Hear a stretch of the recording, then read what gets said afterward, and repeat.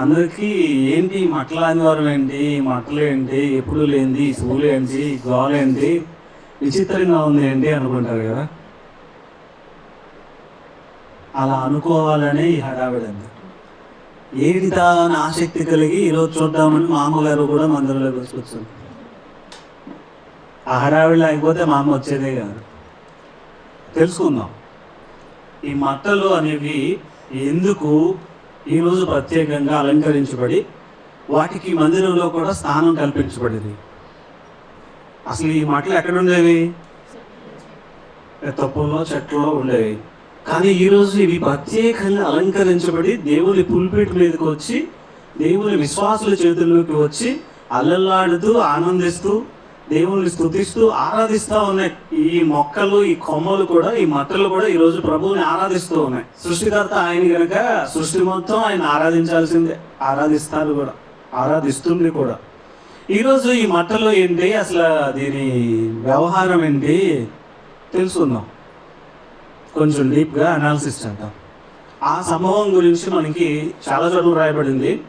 అది యాక్చువల్గా పాత నిబంధన కాలంలో జకర్యా 9వ అధ్యాయం 9వ వచనంలో ఒక ప్రవచనం ఉంది. అది తీయొద్దు మీరు ఇప్పుడు. ఆ ప్రవచన నెరవేర్పు యేసుక్రీస్తు ప్రభువులో జరిగింది. ఇప్పుడు ఆ ప్రవచనం ఏంటి, ఆ ప్రవచనం ఎక్కడ నెరవేర్చబడింది చూద్దాం. యోహాను సువార్త 12వ అధ్యాయం 12వ వచనం. మరునాడు ఆ పండుగకు వచ్చిన బహుజన సమూహము యేసు యెరూషలేముకు వచ్చుచున్నాడని విని, ఫస్ట్ అక్కడ జరిగిన పరిస్థితి ఏంటంటే, ఈ సందర్భం జరగడానికి ముందు యేసుక్రీస్తు ప్రభువు చనిపోయినటువంటి లాజరుని, చనిపోయి సమాధిలో పెట్టబడి 4 రోజులు అయిపోయినటువంటి లాజరుని లాజరు అని పిలవగానే 4 రోజులు అయితే సమాధిలో శరీరం ఏమవుతుంది? కుళ్ళిపోద్ది కదా. అట్లాంటి శరీరం కూడా మరలా జీవాన్ని తెచ్చుకుని ఆ లాజరు సమాధుల నుంచి బయటకు వచ్చాడు. బయటకు వచ్చి ఆయన ప్రేత వస్త్రాలన్నీ కూడా అందరూ విప్పారు. విప్పిన తర్వాత ఆయన చూసి అందరూ ఆశ్చర్యపోయారు. చనిపోయిన వ్యక్తి, 4 రోజులైన కుళ్ళిపోయిన దేహంతో ఉన్న వ్యక్తి మరలా బ్రతికి ఎలా బయటకు వచ్చాడని అందరికీ ఆశ్చర్యం కలుగుతూ ఉంది. ఆ నోట ఆ మాట అందరికీ కూడా పాకిపోయింది. విషయం తెలిసిన తర్వాత చాలా మంది ఆ అద్భుతాన్ని చేసిన ఆ యేసును చూడాలి, ఆయన మరునాడు యెరూషలేముకు వస్తున్నాడనే విషయం వాళ్ళందరికీ తెలిసి, ఆ యేసు ప్రభువుని నేను చూడాలి, ఆ చచ్చిపోయి బ్రతికిన లాజర్ను కూడా చూడాలి అనే ఉద్దేశంతో చాలా మంది ఆయన ఎక్కడ ఉన్నాడని తెలుసుకొని రావడం జరుగుతుంది. ఆ సందర్భంలో ఇక్కడ మనం చదువుకున్న మాట అన్నమాట, పండుగ, పస్కా పండుగ సంభవించేటువంటి వస్తున్నటువంటి ఆ సమయంలో ఆ పండుగ వచ్చిన బహుజన సమూహము, పస్కా పండుగకు వచ్చినటువంటి ఆ బహుజన సమూహము యెరూషలేముకు యేసు ప్రభువు వస్తున్నాడు అనే విషయం తెలిసి ఆయన చూడటానికి ఏం చేస్తున్నారు? వస్తున్నారు. వచ్చేవాళ్ళు ఎలా వస్తున్నారు అని రాయబడింది అక్కడ. ఖర్జూరపు మట్టలు పట్టుకొని ఆయన్ని ఎదుర్కొని పోయి. చూడండి, ఇక్కడ ఖర్జూరపు మట్టల యొక్క ప్రాధాన్యత మనం ఈరోజు తెలుసుకోవాలి. వీళ్ళు ఎందుకు వస్తున్నారు? యేసు ప్రభువుని యెరూషలేముకు వస్తున్నాడు అనే విషయం గ్రహించి ఆయన్ని చూడాలి అనే ఉద్దేశంతో వస్తున్నారు. ఆ వచ్చేవాళ్ళు ఒట్టి చేతులతో రాకుండా ఖర్జూరపు మట్టలు పట్టుకుని వస్తున్నారు. ఎందుకు ఈ ఖర్జూరపు మట్టలు పట్టుకుని వస్తున్నారు? దానిలోనికి వెళ్లే ముందు అక్కడ ఉన్నటువంటి పరిస్థితులు ఏంటంటే, ఆ ప్రజలు రోమా రాజ్యం యొక్క పరిపాలనలో ఉన్నారు. ఏ రాజ్యం? రోమా రాజ్యం యొక్క పరిపాలనలో ఉన్నారు యూదులు, ఆ ప్రజలందరూ. ఆ రోమన్స్ పెట్టేటువంటి టార్చర్ భరించలేక ఆ ప్రభుత్వం కింద నుంచి మాకు విడుదల కావాలి, ఆ యూదులందరూ ఎదురు చూస్తూ ఉన్నారు. ఇందాక నేను చెప్పాను చూడండి, జకర్యా 9:9లో ఉన్నటువంటి ప్రవచనం, మెస్సయ్య వస్తాడు అంటే రక్షకుడు వస్తాడు. యూదులందరి ఆలోచన ఏంటి?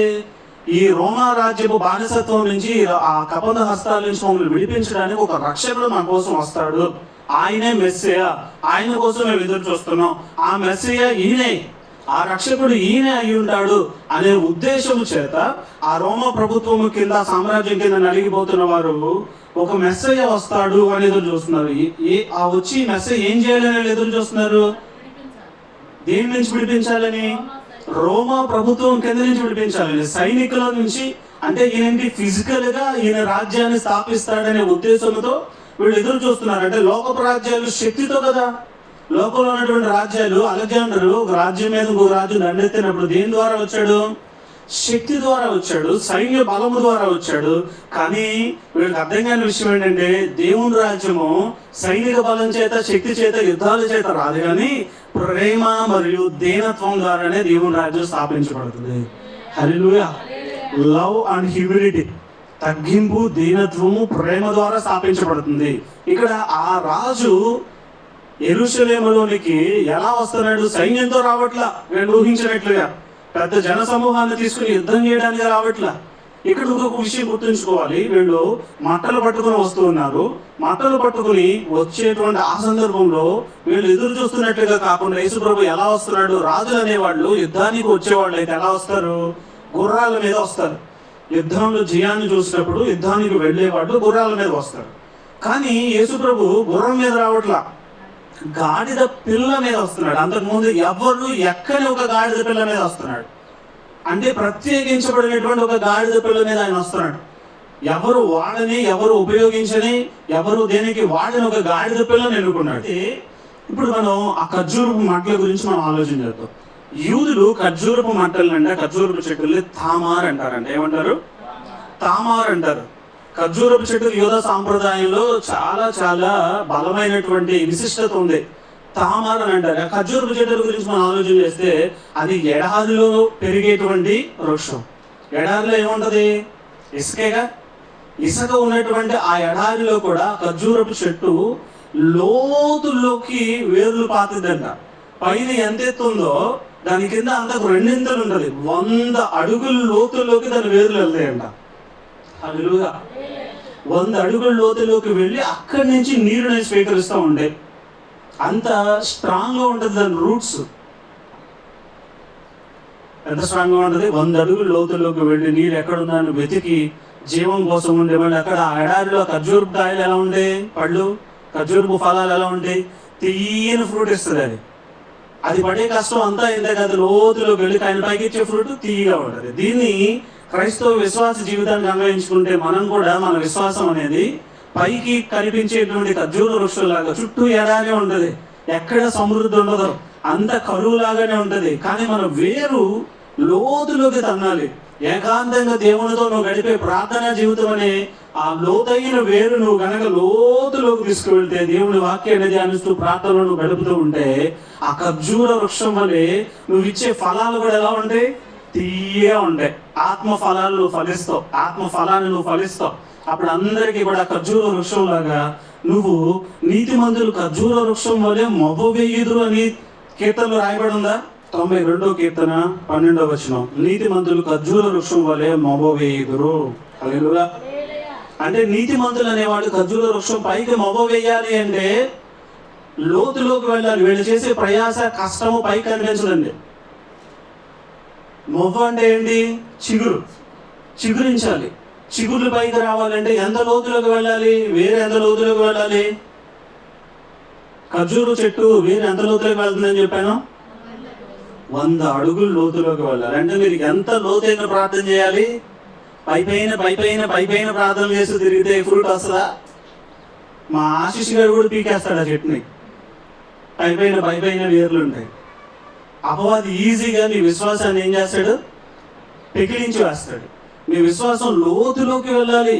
ఆయనతో సహవాసంతో, ప్రార్థనతో, వాక్య ధ్యానంతో మీరు లోతైన విశ్వాసాన్ని ఎప్పుడైతే ఇన్పుల్ చేస్తారో, మీరున్న స్థలంలోనే లోతులోకి వెళ్తూ ఉంటారో, అప్పుడు మీ ఫ్రూట్స్ చాలా తీయగా అందరికీ ఆకర్షణీయంగా, ఆహారంగా మారుతాయి అన్నమాట. అది సంగతి. అయితే వీళ్ళు ఆ ఖర్జూర మట్టలని ఎందుకు పెట్టుకుని వచ్చారయ్యా అంటే దానికి కారణం ఏంటంటే, అంతకుముందు మక్కాబీయులు అనేటువంటి వాళ్ళు, యూదులు మక్కాబీయుల రాజు, ఆ తెగ మక్కాబీయులు అనేవాళ్ళు యుద్ధం చేసి గ్రీకుల్ని జయించారు. గ్రీకు సామ్రాజ్యం ఉండేది అంతకుముందు. ఆ గ్రీకు సామ్రాజ్యం మీదకి ఈ మక్కాబీయులు అనేవాళ్ళు తిరుగుబాటు చేసి ఆ గ్రీకు సామ్రాజ్యాన్ని ఓడించినప్పుడు ఖర్జూరపు మట్టలతో వీళ్ళు విజయోత్సవం చేసుకున్నారంట. ఖర్జూరపు మట్టలు విజయానికి గుర్తు. ఖర్జూరపు మట్టలు మాకు విజయం వచ్చింది, జయము జయము, నాకు విజయము, నాకు విడుదల వచ్చింది అనే సంకేతాన్ని చూపించేది. అందుకని వీళ్ళేమనుకున్నారు, మక్కాబీలు ఎలా అయితే గ్రీకుల బారి నుంచి మమ్మల్ని కాపాడారో, ఇప్పుడు యేసు ప్రభు కూడా ఈ రోమన్ సామ్రాజ్యం బారి నుంచి మమ్మల్ని కాపాడుతాడనే ఉద్దేశంతో వీళ్ళు ఆ ఖర్జూర మట్టలు తీసుకుని వచ్చి రోమా సామ్రాజ్యం నుంచి నువ్వు మాకు స్వతంత్రం ఇవ్వాలి అన్నట్లుగా వీళ్ళు ఏమని కేరళ వేస్తున్నారు ఇక్కడ? ఇశ్రాయేలీల రాజు. వీళ్ళ ఉద్దేశం ఏంటి? ఇశ్రాయేలీల రాజు అంటే వీళ్ళు ఏ ప్రభుత్వం నుంచి విడుదల చేస్తారు? రోమా ప్రభుత్వం నుంచి మమ్మల్ని విడుదల చేసే ఒక రాజు వచ్చాడు, ఆయనకి జయము, హోసన్నా జయము, హోసన్నా జయము అని చెప్పి వీళ్ళు కేకలు వేస్తూ ఆయన ఎదుర్కొని పోయి వచ్చారంట. ఆయన ఎలా వస్తున్నాడని చెప్పాడు అక్కడ? గాడిద పిల్ల మీద వస్తున్నాడు. ఏ గాడిద పిల్లది? ఒకసారి లూకాసు వార్త 19:30 చూడండి క్విక్గా. లూకాసు వార్త 19:30. అయితే ఆ గాడిద ఎలా ఉందంట? కట్టబడి ఉన్నది. ఇక్కడ గుర్తుంచుకోవాలి, ఎవరు ఎన్నడూ దాని మీద కూర్చొని ఒక గాడిద కట్టబడి ఉంది. కట్టబడి ఉంది అంటే దానికి స్వేచ్ఛ లేదు, స్వతంత్రత లేదు. జాగ్రత్తగా వినండి, స్వతంత్రం లేదు, స్వేచ్ఛ లేదు. అది ఎక్కడికి వెళ్ళాలన్నా వెళ్ళలేదు, అది ఏం చేయాలన్నా చేయలేదు, ఎవరి చేత వాడబడలేదు, కానీ కట్టబడి ఉంది. మన జీవితాల్లో కూడా ఇప్పుడు ఆ గాడిదని మన జీవితానికి అన్వయించుకుంటే మనం కూడా ఎన్నో కట్ల చేత కట్టబడి ఉంటాగా. కట్లు లేవో మనకి? చాలా కట్లు ఉండే, కనబడవు ఆ కట్లు. గాడిది కాబట్టి పైకి కనబడుతుంది కట్టు కట్టేసినట్టు. మనకి ఎన్ని కట్లు ఉండేవి? కుటుంబ బాధ్యతలు అనే కట్లు ఉంటాయా? కుటుంబ బాధ్యతలు అయితే మంచి కట్లే అయ్యి, కానీ కుటుంబ బాధ్యత భారం మోస్తూ మోస్తూ ఈ భారం మోయాలంటే నాకు చొక్కా పడాలి, అదొక కట్టు. సాకి ఏం చెప్తున్నారు? నేను కష్టపడాలంటే నాకు చొక్క పడాలి, డ్రైవింగ్ చేయాలంటే నోట్లో ఖైనీ పడాలి, లేకపోతే నిద్ర వచ్చేస్తుంది. పాన్ పరాకులు ఖైనీలు నోట్లో వేసుకుని చీకట్లో డ్రైవింగ్ చేసేస్తా ఉంటారు. ఏంటంటే వీళ్ళకి కట్టు ఉంది. ఏంటంటే నా కుటుంబాన్ని నేను పోషించాలి అంటే, నాకు నిద్ర రాకుండా ఉండాలంటే ఖైనీ పడాలి అన్నారు. మీకు తెలియదు ఏంటంటే అవి కట్టబడిన ఆ కట్టు లోపలికి వెళ్ళి క్యాన్సర్గా మారిపోతుంది. అది మీకు అర్థం అవ్వట్ల. ఆరోగ్యం లేకుండా నీ కుటుంబాన్ని నువ్వు ఎలా పోషిస్తావు? నువ్వు ఆరోగ్యంగా ఉంటేనేగా. నువ్వు కష్టపడాలంటే లిమిటెడ్గా కష్టపడాలి. వ్యసనాలు అనేటువంటి కట్టలలో నుంచి నువ్వు బయటకు రావాలి. తాగుడు అనే వ్యసనం, సిగరెట్లు అనే వ్యసనం, ఖైనీలు అనే వ్యసనం, చాలా వ్యసనాలు పురుషులకు ఉండే, స్త్రీలకు ఉండే వ్యసనాలు వేరుగా ఉండే. ఈ వ్యసనాలు పైకి కనిపించవు. టీవీ సీరియల్ అనే వ్యసనం, ఇక వంట లేదు ఏమీ లేదు, పొయ్యి మీద కూరేస్తారు, ఆ సీరియల్ ఆన్లో ఉండదు. అక్కడ ఏం జరుగుతుందా అని చెప్పి ఇక్కడ వద్దంత అక్కడ వద్దంత, ఇక్కడ వద్దంత అక్కడ వద్దంత, కూర మాడిపోతూ ఉంటుంది. ఆ ఒకరోజు మాడితే ఏమైందంట? తెరలేవా అని మళ్ళీ రివర్స్లో భర్త మీద రూపం. ఆ సీరియల్ పెంచున్నవాళ్ళు చేతులు ఇట్లా నెత్తి మీద పెట్టుకుని మరి మెడ నొప్పిగా ఉంటే టీవీ ముందు కూర్చోవాలని సపోర్ట్ చెయ్యిలా పెట్టుకుని అట్లాగే చూస్తుంది ఒక ఆవిడ. ఏంటమ్మా మెడ కింద చెయ్యి అంటే కొంచెం మెండెప్పుగా ఉందంట. మెండెప్పుగా ఉన్నప్పుడు టీవీ చూడకపోతే ఏం పోయిందండి? ఏమైంది చూడకపోతే ఏమైందంటే ఏదో క్యారెక్టర్ల పేరు చెప్తుంది. వాడు అమ్మాయిని ఏం చేశాడు ఎలా తెలిసింది నాకు చూడకపోతే? ఏం మాట్లాడుతున్నావు నువ్వు అంటుంది. ఎంత లీనమైపోతున్నారంటే వీళ్ళు, పక్కన భక్తులను పట్టించుకోరు. ఆ సీరియల్లో ఎవరో హీరోనో హీరోయినో లేదా విలనో ఎవరో ఉంటారు, వాళ్ళకి ఏమైందని వీళ్ళకి బీపీ పెరిగిపోతూ ఉంటారు. టీవీ సీరియల్ పెచ్చ, అదొక కట్టు ఉందా? ఈ కట్టు ఉందా? ఉండదు. చాలా మందికి ఉంటుంది. అరుగుల మీద కూర్చొని మాట్లాడే కట్టు. అరగాలంటే తిన్నది అరుగు ఎక్కాల్సిందే. భలే ఉంది ప్రాసిదే. తిన్నది అరగాలంటే అరుగు మీద కూర్చోవాల్సిందే. అంటే నేను నెగిటివ్గా తీసుకోమాటున్నాను. అందరూ కూర్చోలేదు, దాన్ని ఏమంటారు, సహవాసం కోసం, ఫెలోషిప్ కోసం కూర్చోవడం మంచిదే. అది కొంతమందికి వ్యసనంగా మారుతుంది. ఇప్పుడు ఖాళీ సమయంలో మంచి చెడు మాట్లాడుకోవడానికి ఇంటి దగ్గర ఖాళీగా ఉన్నాం కాబట్టి అమ్మ అక్క అనుకుంటే చక్కగా కూర్చొని మాట్లాడుకుంటే అది వేరు. అలా కాదు. నేను చెప్పేది ఏది కట్ అంటే, కొంతమంది ప్రత్యేకించి దానికోసమే వీళ్ళు ఏం చేస్తారు, నడుము కట్టుకుని ఇప్పుడు అక్కడికి వెళ్తే నాకు కొత్త విషయాలు తెలియాలి, ఎవరి విషయాలు తెలియాలి, ఏ విషయాలు ఏ మ్యాటర్ తెలియాలి, ఈ ఉద్దేశంతో వెళ్ళే ఉండే కట్లకి. వీళ్ళ కట్ ఏంటంటే ఒకరి విషయం తెలుసుకుని ఆ విషయాన్ని ఇంకొకరికి చేరవేసి వీళ్ళ మైండ్ ఎట్లా ఉంటుందంటే, ఈ కట్ ఎలాంటి కట్ అంటే వాళ్ళకి చెప్తా ఉంటే వీళ్ళు కడుపు నిండదు. ఆ రోజు వీళ్ళు ఆహారం తినపోయినా పర్లేదు, కానీ ఆహారం వీళ్ళకి కావాలి. అదొక కట్టు. ఆ కట్టులో కట్టబడి ఉంటారు చాలా మంది స్త్రీలు.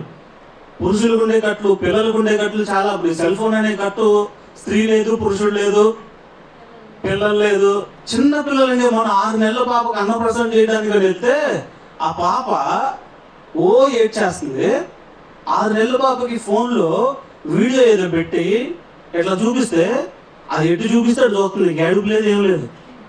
అన్నప్రసన్న కూడా జరగలేదు ఆ పిల్లకి. ఫోన్ అది ఎత్తుంటే చూస్తుంది. ఇప్పుడు ఆ పిల్లకి ఫోటో తీయాలనుకో, మేము ఎత్తుకున్నాం, పిల్ల అటు ఇటు చూస్తుంది. ఏడవకుండా ఉండాలి చూడాలంటే ఆ ఫోటోగ్రాఫర్ ఎదురుగుండా పక్కనే ఫోన్ ఇట్ట పెడితే అవుతుంది ఫోటో తీసుకుంటున్నాం. ఎంత వ్యసనం చిన్ననాటి నుంచి పిల్లలకి అలవాటు చేసేస్తున్నారంటే, ఆ సెల్ ఫోన్ అనేది పిల్లలకి అలవాటు అయిందా, వాళ్ళంట సైకలాజికల్గా వాళ్ళ మైండ్ ఎరగదు, థింకింగ్ చేసేటువంటి కెపాసిటీ బ్రెయిన్లో ఉండదు. దాన్ని చంపేస్తున్నారు, మీరే కిల్ చేసేస్తున్నారు. పిల్లవాడు పాప ఎప్పుడైనా సరే వాళ్ళు న్యాచురల్గా ఆలోచన చేయాలి, న్యాచురల్గా నేచర్కి దగ్గరగా ఉండాలి. ఇలా కూర్చుని కదలకుండా ఒకే చోట అన్నం తింటారు, వీళ్ళకి పెడితేనే అన్నం తింటారని ఎదురుకుండా పెట్టేసి నేను తిరగడం తప్పిపోతుందని చెప్పి అది పెట్టేసి పెట్టేస్తా ఉంటారు. వాడికి శరీరానికి శ్రమ ఎక్కడ ఉంది? వాళ్ళు తిరుగుతూ ఉండాలి, నడుస్తూ ఉండాలి, ముద్దలు పెడతా ఉండాలి. అది వాడికి శరీరానికి వంట పడుతుంది, తల్లికి కూడా కొంచెం వ్యాయామం అవుతుంది. అలా కాకుండా ఇప్పుడు టీవీలు పెట్టేసి, టీవీ ఉంటే టీవీ లేకపోతే ఫోన్ పెట్టేసి సపరేట్ ఫోన్లు. ఇంట్లో 2 పిల్లలు ఉన్నారనుకోండి, ఒక ఆయన ఉన్నాడు నాకు తెలిసి, ఆయనకి 2 పిల్లలు, ఆ ఇద్దరికి 2 ఫోన్లు, సెకండ్ హ్యాండ్లో ఫోన్లు కొని వైఫై పెట్టించి ఇద్దరికి యూట్యూబ్లో ఆన్ చేసి వాడు చూసే వీడు చూడటం, వీడు చూసే వాడు చూడటం. అది పెడితే అన్నం తింటాడు, పెట్టకపోతే కింద పెట్టి కొట్టేస్తుంటాడు, తలకాయ బాదుకుంటాడు. ఏం చేస్తారో తెలియదు. కాళ్ళు స్టార్టింగ్లోనే మీరు కట్ చేయకుండా మీరు అదే అలవాటు చేసుకుంటూ వెళ్ళారా, ఆ కట్టు వాడికి ఊరిగా బిగుసుకుంటుంది. జాగ్రత్త. కట్టబడిన గాడిదలాగా చిన్ననాటి నుంచే, బాల్యం నుంచి మనం ఎన్నో కట్టల చేతి కట్టబడ్డాం. ఆ కట్లన్నిటి నుంచి కూడా విడిపించేవాడు యేసుక్రీస్తు ప్రభు. హల్లెలూయా. కట్టబడిన గాడిదను విప్పి ఆ గాడిదని ఎన్నుకున్నాడు. ఆ గాడిద మీద ఈయన వస్తూ ఉన్నాడు. ఇక్కడ ఆ గాడిద మీద ఈయన వస్తూ ఉంటే ఆ ప్రజలందరూ కూడా ఏం చేస్తున్నారు? హోసన్నా జయము జయము అని ఆ గాడిద వస్తూ ఉంటే ఎదురుకుండా వస్త్రాలను పరిచి ఖర్జూర మట్టలు రేపి ఆ మట్టలు ఊపుతూ అందరూ కూడా జయ ధ్వానాలు కలుగుతూ ఉన్నారు. యేసు ప్రభు వెళ్ళిపోయాడు, గాడిదని దిగేసి వెళ్ళిపోయాడు. ఒక్కరోజే కదా ఆయన గాడిద మీద ఉంది. తర్వాత రోజు అదే గాడిద, జాగ్రత్తగా వినండి, యేసు ప్రభువుని మీద కూర్చోబెట్టుకుని వెళ్ళిన ఆ గాడిదే రెండవ రోజు అదే వీధుల్లోకి అంతే టీవీగా, ఇప్పుడు నేను వెళ్తున్నాను, నాకు కూడా మట్టలు పట్టుకొని క్లాతులు కింద వేసి జై జై ధ్వానాలు పలుకుతారు అని చెప్పి టీవీగా నడుచుకుంటూ వెళ్తుంటే ఒక్కొక్కడు కర్ర పట్టుకుని కొట్టడం మొదలెట్టాడు. గాడిద ఏమన్నా తేడా ఉందా? అదే గాడిద. కానీ దానికి జై జై ధ్వానాలు ఎప్పుడు వచ్చినాయి? ఆ గాడిద మీద ఉన్న యేసు ప్రభువుని బట్టి. యేసు ప్రభు మన మీద ఉంటే, మనలో ఉంటే, మన జీవితంలో ఉంటే మనకి ఘనత వస్తుంది. యేసు ప్రభువుని మనం వదిలిపెట్టేసి ఆయన మనలో లేకుండా మనం ఒంటరిగా వెళ్తే మనకు వచ్చేది దెబ్బలే. మీకు అర్థమవుతుందా? ఆ గాడిదలాగా గర్వం వచ్చేసి, నేను దేవుడిని నమ్మేశాను, నేను ప్రార్థన చేస్తే దేవుడు వినేస్తాడు, అద్భుతాలు జరిగిపోతున్నాయి అని వెళ్ళేవా, తలకాయ పగిలిపోతుంది. హల్లెలూయా. ఈ మనుషుల మనస్తత్వాన్ని కూడా ఇక్కడ మనం గమనించాలండి. ఖర్జూర మట్టల గురించి చూస్తాం. అక్కడ ఉన్న ప్రజలు ఏమని పిలుస్తున్నారు? హోసన్నా జయము జయము అని ఆయనకి జయ జయధ్వానాలు పలుకుతున్నారా?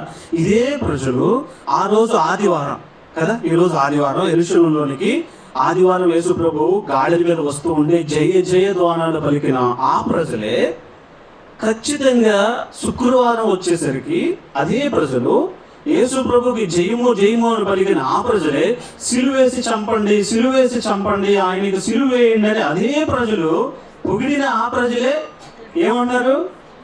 స్తుతించిన ఆనోళ్లే శాపనార్థాలు పడుతుంది శుక్రవారం వచ్చేసరికి. మనుషుల స్వభావం చూసారా? వాళ్ళు కోరుకున్నది జరిగితే జై జయ ధ్వానాలు. వాళ్ళు అనుకున్నది ఏంటి? రోమా సామ్రాజ్యం బారి నుంచి మమ్మల్ని రక్షించే రక్షకుడు వచ్చాడు, మెస్సీయ వచ్చాడు, హోసన్నా జయము జయము అని కేకలు వేశారు. ఎప్పుడైతే ఆయన కాదు రోమా సామ్రాజ్యం నుంచి విడిపించడు, పాప సామ్రాజ్యం నుంచి విడిపించే ప్రభువీన, ఈయన శాంతితో వచ్చాడు, వినమ్రతతో వచ్చాడు, వినయంతో తగ్గింపుతో వచ్చాడు, యుద్ధం చేయడానికి రాలేదు ఈయన అని ఎప్పుడైతే వాళ్ళకి అర్థమైందో, ఎలా మాట్లాడుతున్నారు? వారి రాజకీయ కోరికలు యేసు ప్రభు తీర్చలేదని, వారి పాపపు కోరికలు తీర్చుకోవడానికి ఆయన అంగీకరించలేదు అని ఏమని మాట్లాడుతున్నారు? సిలువ వేయండి అన్నారు. యేసు ప్రభు ఆ గాడిద మీద వచ్చేటప్పుడు ఆ ప్రజలందరూ జై జయ ధ్వానాలు పలుకుతుంటే ఆయన ఎలా ఫీల్ అయ్యాడో తెలుసా? సాధారణంగా ఎవరైనా మన గురించి పొగుడుతూ ఉండే జై జయ ధ్వానాలు పలుకుతుంటే మన హృదయంలో ఏముంటుంది? ఆనందం ఉంటుంది, సంతోషం ఉంటుంది. కానీ యేసు ప్రభు లూకాసు వార్త ఒకసారి చూడండి, 19వ అధ్యాయం 41వ వచనంలో చూడండి. యెరూషలేములోకి ప్రవేశించినప్పుడు యేసు నవ్వుతూ రాలేదండి, ఏడుస్తూ వచ్చాడు. ప్రజలు అవిధేయతను చూసి ఆయన హృదయం ద్రవించిపోయింది.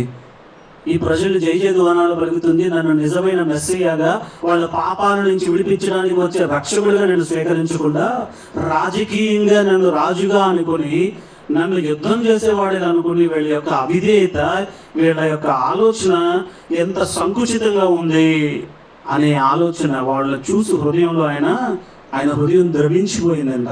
మీరు ఇక్కడ గమనించండి, అదే యెరూషలేము ప్రదేశంలో ఉండే ఆ రోజే 2 ఊరేగింపులు జరిగినాయి. ఒకటేమో ఇప్పుడు మనం చూస్తున్నాం, యేసుక్రీస్తు ప్రభు గాడిద మీద వస్తూ ఉన్నటువంటి ఊరేగింపుని మనం చూస్తూ ఉన్నాం. తూర్పు దిక్కు నుంచి యేసుక్రీస్తు ప్రభు గాడిద మీద ఆయన ప్రేమను పంచడానికి వస్తున్నాడు. ఏ దిక్కు? తూర్పు దిక్కు నుంచి యేసు ప్రభు చిన్న గాడిద మీద ఆయన ప్రేమను పంచడానికి వస్తూ ఉన్నాడు. అదే యెరూషలేము ప్రాంతంలో ఉన్నటువంటి ఇంకొక దిక్కు, పశ్చిమ దిక్కు నుంచి రోమా గవర్నర్ అయిన పిలాతు గుర్రాల మీద అధికారంతో వస్తా ఉన్నాడంట. ఎలా వస్తున్నాడు? సైన్యంతో అధికారాన్ని చాటడానికి వస్తా ఉన్నాడు గుర్రాలతో. చూసే వాళ్ళకి ఏది ఆకర్షణీయంగా ఉండదు? అధికారం కలిగి, రాజ్యం కలిగి గుర్రాల మీద వస్తున్నటువంటి ఆ గుంపు లోకానికి సాదృశ్యం. లోకమంతా ఆ గుంపు వైపే చూస్తుంది. ఈ గుంపు శాంతిని, గాడిద మీద వస్తున్నాడు అంటే నేను శాంతి దూతగా వస్తున్నాను, శాంతి కోసం వస్తున్నాను, ప్రేమ కోసం వస్తున్నాను, ప్రేమగా వచ్చి మీ పాపాల నుంచి విడిపించడానికి వస్తున్నానని యేసు ప్రభు తూర్పు ద్వారం నుంచి వస్తూ ఉంటే, పశ్చిమ ద్వారం నుంచి అధికారాన్ని చూపిస్తూ గుర్రాల మీద వస్తున్నటువంటి గవర్నర్ వైపు ప్రజలు చూస్తారు. 2 గుంపులు. ఇప్పుడు ఆ 2 గుంపుల్లో లోకమంతా ఏం చూస్తుంది? అధికారాన్ని చూస్తుంది, ధనాన్ని చూస్తుంది, పవర్ని చూస్తుంది. కానీ 2వ గుంపు యేసుక్రీస్తు ప్రభువుని చూడాలి. అయితే ఈ గుంపులో ఉన్న ప్రజలు కూడా శుక్రవారం వచ్చేసరికి ఆ గుంపులోకి చంపైపోయారు. హల్లెలూయా. వీళ్ళ ఉద్దేశం ఏంటి? యేసు ప్రభు దగ్గరికి వస్తే మాకు కావాల్సిన దొరికేస్తాయి, అద్భుతాలు చేసేస్తాడు, మేము అడిగిందల్లా ఇచ్చేస్తాడని యేసు ప్రభు దగ్గరికి వచ్చారు.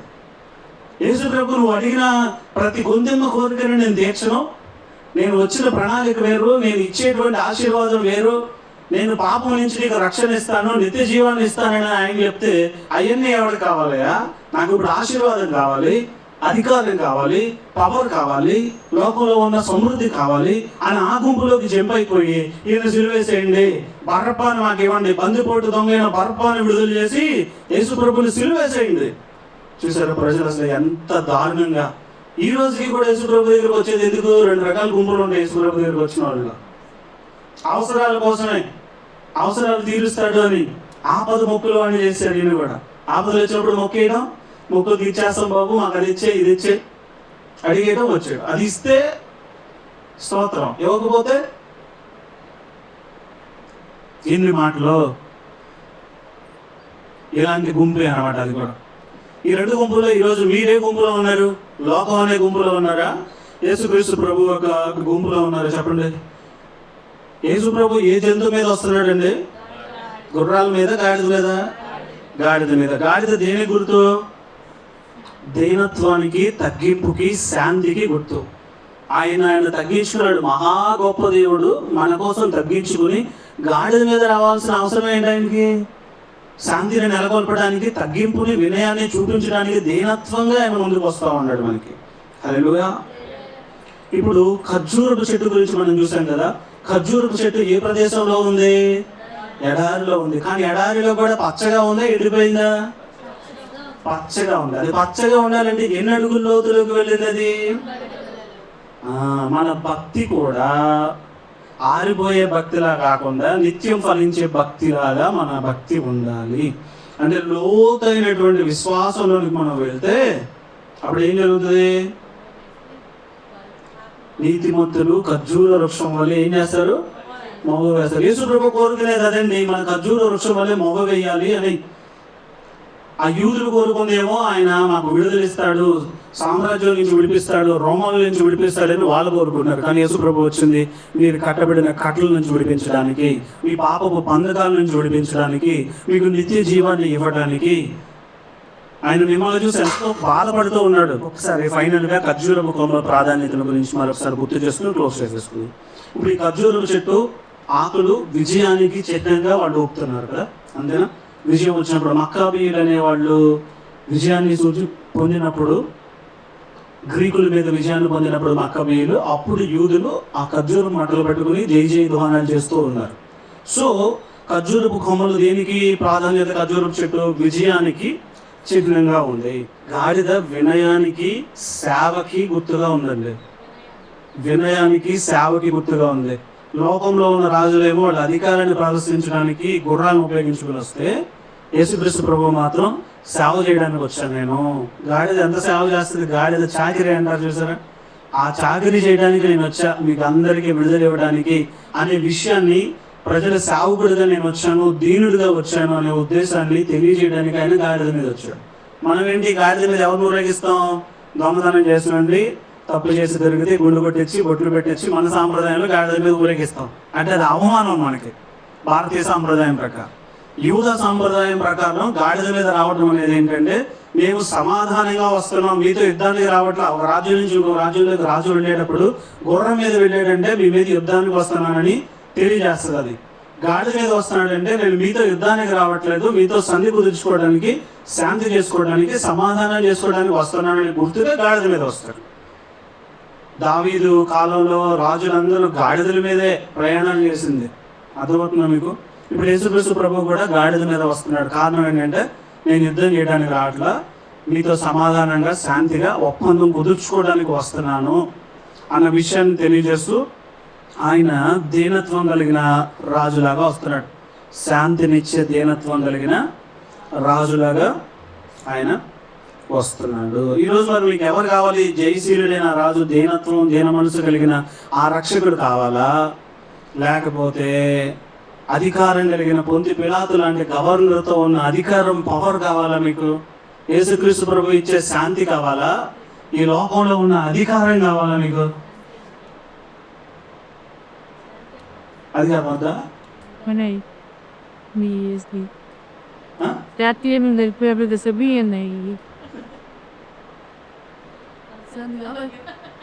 మీరు ఎప్పుడైనా దేవుడి దగ్గర నాకు మనశ్శాంతి కావాలని ప్రార్థన చేస్తారా? అది కావాలి, ఇది కావాలని ప్రార్థన చేస్తారా? మనశ్శాంతి కావాలని అసలు ఇక్కడ ఉన్న వాళ్ళు ఎవరు చేయరు ప్రార్థన. మీరు దేనికోసం ప్రార్థన చేస్తారు? మీకు మనశ్శాంతి ఏమిటి? మీకు అడిగింది ఇస్తే మీకు మనశ్శాంతి అనుకుంటారు. మీకు అదే మీకు తెలిసిన మనశ్శాంతి, అంతేనా? మీ కోరికలు తీరిస్తే మీకు మనశ్శాంతి లేదండి. ఒక కోరిక తీరితే ఇంకో కోరిక పడుతుంది, కాదంటారా? కోరికలు గుర్రాలు అయితే ఆ గుర్రానికి రెక్కలు ఉంటే అంతకంటే స్పీడ్గా ఉంటాయి మన కోరికలు. తృప్తి చెందని జీవి ఎవరైనా ఉన్నారండి ఈ భూమి మీద? మనిషే కదండి తృప్తి లేనిది. జంతువులు తృప్తి చెందుతాయి, మనుషులకు తృప్తి ఉండదు. ఒక్కసారి మాత్రం చాలు అంటాడంట మనిషి, ఒక్క సందర్భంలో మాత్రం. ఇక చాలు, ఈ పూటకు చాలు అంటాడు. అది మళ్ళీ దీంతో చాలు అంటలో, అది కూడా సగం తృప్తే. సో యేసు ప్రభు ఎందుకు వచ్చాడు ఈ లోకంలోనికి? కట్టబడినటువంటి గాడిదలను విప్పి వాటి మీద ఆయనది ఉంది ఆరోహణమే అని ఆయన ఆశీర్వడే వస్తున్నాడు. మనందరూ గాడిదలు అయితే ఎన్నో కట్లు కట్టబడి ఉంటే వాటిని విడిపిస్తే ఆయన మన మీదకి వస్తే అప్పుడు మనకి విలువ వస్తుంది, మనకి ఘనత వస్తుంది. ఆయన మన మీద లేకుండా ఆయన సిలువేసేస్తే, మనం సిలువేసే నేను అడిగింది ఇవ్వట్లేదు, నాకు వద్దు సిలువేసాయంటే మనకి విలువ ఉండదు, ఘనత ఉండదు. అది మీరు ఆలోచన చేయండి, అర్థం చేసుకోండి. ఆ శాంతి, ఆయన అనుగ్రహించే శాంతిని మీరందరూ పొందుకొని మీ జీవితాలలో సంతోషాలతో ఉండాలని కోరుకుంటూ ఈ మాట ముగిస్తూ